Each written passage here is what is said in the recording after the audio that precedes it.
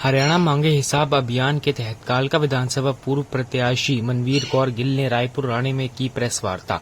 भाजपा सरकार की कार्यशैली पर सवाल उठाते हुए कहा, भाजपा सरकार ने कालका विधानसभा के रायपुर रानी क्षेत्र की अनदेखी की है। उन्होंने बताया कि रायपुर रानी का क्षेत्र मोरनी से जुड़ा हुआ है, जिसके कारण इसे सरकार के द्वारा पहाड़ी क्षेत्र का दर्जा दिया जाना चाहिए था, लेकिन ऐसा अभी तक नहीं हुआ है। आज की प्रेस कॉन्फ्रेंस का जो मुद्दा ये है कि हम हमेशा कहते हैं कि बीजेपी ने क्या किया पिछले 10 वर्ष। मैं पहले जो बीजेपी ने किया वो बता दूं। बीजेपी ने 2 काम किए हैं, खासकर ब्लॉक रायपुर रानी में। एक तो उन्होंने इलीगल माइनिंग की, एक इन्होंने नशे का कारोबार। 2 काम पहले मैं जो बीजेपी ने किए वो गिना रहा हूं। इलीगल माइनिंग सबसे ज़्यादा रायपुर रानी में, डोका गांव से लोग बच्चों से भाइयों से मेरी बात होती है, सड़कों का बुरा हाल कर दिया। और नशे का कारोबार इन्होंने चलाया। पिछले 10 वर्षों में महिलाएं मेरी गले से लगकर रोती हैं कि बहन जी हमें गली नहीं चाहिए, नाली नहीं चाहिए, सड़क नहीं चाहिए, हमारे बच्चों को नशे से बचा लीजिए। ये 2 बड़े इतने मुद्दे हो चुके हैं। घर घर में, कालका विधानसभा की मैं बात कर रही हूँ, घर घर में नशा हो चुका है। और महिलाएं खुद मुझे कहती हैं कि बहन जी यहाँ हम बता देते हैं कहाँ नशा बिक रहा है, सरकार को नहीं पता क्या कहाँ नशा बिक रहा है। तो मेरे ये 2 मुद्दों पर मेन प्रेस कॉन्फ्रेंस करने का मतलब था। और दूसरी बातें जैसे मेरे साथियों ने बताई हैं, ना किसान के लिए कुछ किया, ना कर्मचारियों के लिए कुछ किया, ना व्यापारियों के लिए कुछ किया, ना महिलाओं। कोई भी काम पिछले 10 वर्षों में सरकार ने नहीं किया। नंबरदारों के साथ जो जाती हुई, संजय जी ने बहुत डिटेल में बताई है, खुद नंबरदार शर्मा जी हमारे बहुत ही सीनियर कार्यकर्ता हैं, पार्टी के बहुत मजबूत हैं। इन्होंने जो बातें कही बिल्कुल सही की। और राजकुमार जी ने जो बातें तो यही, इसलिए कहीं भी बात करते हैं तो कहते हैं कि एक विधानसभा में 2 SDM के कार्यालय नहीं। इसका एग्जाम्पल मैं आपको बताती हूँ। मेरे ताया जी पूर्व मंत्री और सांसद सरदार लक्ष्मण सिंह जी, जब कालका और पंचकुला भाई साहब एक ही विधानसभा हुआ करता था, तो उन्होंने कालका में भी SDM कोर्ट बनवाई थी, तो पंचकुला में भी ये एक ही विधानसभा होती है। तो आज रायपुर रानी के लोगों को पुलिस कमिश्नर भी बैठती है अम्बाला, वहाँ जाना, और SDM पंचकुला, इनके साथ 10 सालों से लोगों के साथ ज्यादती हो रही है। किसी के पास साधन नहीं है, किसी के पास आने जाने का सिस्टम नहीं होता, और कोई बात करने का, अगर लोकल हमारा SDM कार्यालय या, क्योंकि रायपुर रानी में मुझे लगता है 50 से ज़्यादा, क्यों संजय जी 50 से ज़्यादा पंचायतें और 55,000 के करीब तकरीबन वोट है। यहाँ पर तो SDM कार्यालय की बहुत सख्त ज़रूरत है, और कांग्रेस पार्टी मांग करती है। और मैं आपको आश्वासन भी देती हूँ, हमारी सरकार बनती है, हुड्डा साहब मुख्यमंत्री बनते हैं, मैं लड़के बनवाऊंगी। आज कह के जा रही हूँ आपको, क्योंकि कोई काम लड़े बिना नहीं होता।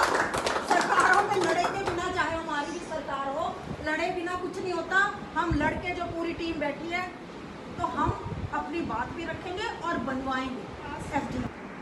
रायपुर रानी में फायर ब्रिगेड की गाड़ियाँ, जब भी कहीं कोई दुर्घटना हो जाती है, हमें पंचकुला में फ़ोन करना कि यहाँ पर भाई आग लगी है, पंचकुला से फायर ब्रिगेड आएगी, तब जाके वो आग बुझेगी। पिछली बार कई बार फसल को भी, कनक को भी आग लगी है, वो जब तक फसल अपने खेतों में राख हो जाती है, जब तक फायर ब्रिगेड आती है। तो मेरी ये खास डिमांड है और साथियों की कि हमारे पास फायर ब्रिगेड का इंतज़ाम होना चाहिए। और जो जैसे मैंने पहले बोला कि अवैध खनन इतना हो रहा है, हमारी सड़कें तोड़ दी हैं, और खड्डे देखो, लीगल अगर खनन हो रहा है उसको हम नहीं रोकते, लीगल अगर सरकार कर रही है 10 फुट 5 फुट, लेकिन आप रायपुर रानी में जाके देखो, इधर कालका विधानसभा में कहीं देख लो 40-40 50-50 फुट के गड्ढे कर दिए। हमारे आने वाली पीढ़ी के लिए उनको खड्डे पानी से भरे मिलेंगे और कुछ नहीं होगा। ये हमारी खास करके डिमांड है, और हमारी सरकार बनते हुए इसको हम लीगल तरीके से ही चलवाएंगे। और सड़कों का बुरा हाल है जी, रायपुर रानी में भी आपने देखा कि थोड़ी सी सड़क तो मैं उसकी, लोग चुनाव भी लड़ रहे हैं, इसमें कोई दो राय। अगर आप देख लीजिए जिस पार्टी का आधार होगा, आप जैसे लग रहा है कि हमारी सरकार बनेगी कांग्रेस पार्टी की हरियाणा में, तो कैंडिडेट तो नेचुरली ज़्यादा लोग, हमारी भी आस्था होती है कि हम भी आगे आके काम करें, लोगों को सुख सुविधाएं दें। ऐसी कोई पार्टी में कोई अलग बात किसी के लिए, सबके।